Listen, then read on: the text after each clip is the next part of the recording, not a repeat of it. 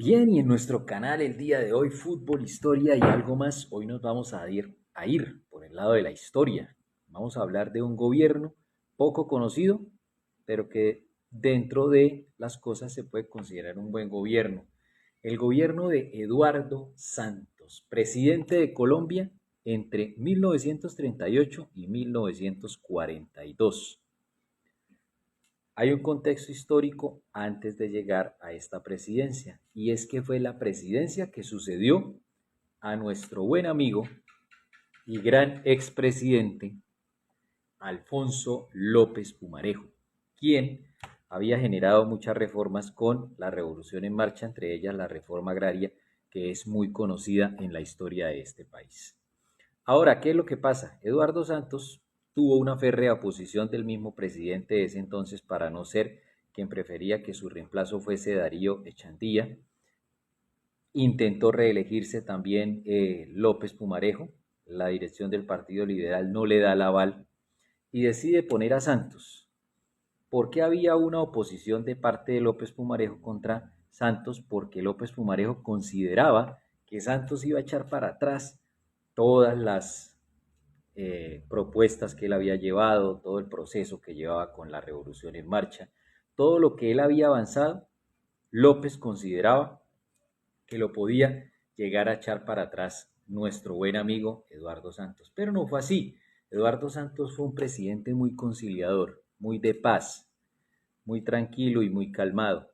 Obviamente, en ese momento existía ya los primeros vestigios de lo que se conoció como violencia bipartidista. Aún no estaba aguda, pero ya había lo que se conocía como violencia bipartidista. Ahora, grandes cosas pasaron durante el gobierno de nuestro amigo Eduardo Santos. Una de ellas fue que durante este periodo se inició la Segunda Guerra Mundial. Santos no quiso participar directamente en ella, sin embargo, presenta su ayuda a Estados Unidos y se ofrece como aliado de los Estados Unidos, valga la redundancia, en las fuerzas que fueron llamadas los aliados. No mandó tropas, pero sí los apoyó con otro tipo de cosas, enviando materiales, enviando hierro, acero, todo esto para la construcción obviamente de armamento. Siempre tuvo un férreo, duro opositor, Laureano Gómez, quien la historia no ha sido buena con él por sus hechos, sus actos, y es considerado por cifras, si no el peor, uno de los peores presidentes que ha existido por sus cifras. Laureano Gómez siempre estuvo en contra de él porque Santos era un presidente más conciliador, se mostró abierto siempre a que la gente pudiese elegir por sí misma, mejorar la vida de las personas, creó muchas cosas en favor de los trabajadores, de la gente necesitada, y esto era algo que a las élites de ese momento, las mismas élites liberales, élites conservadoras, empresarios y cierto sector de la iglesia no le parecía.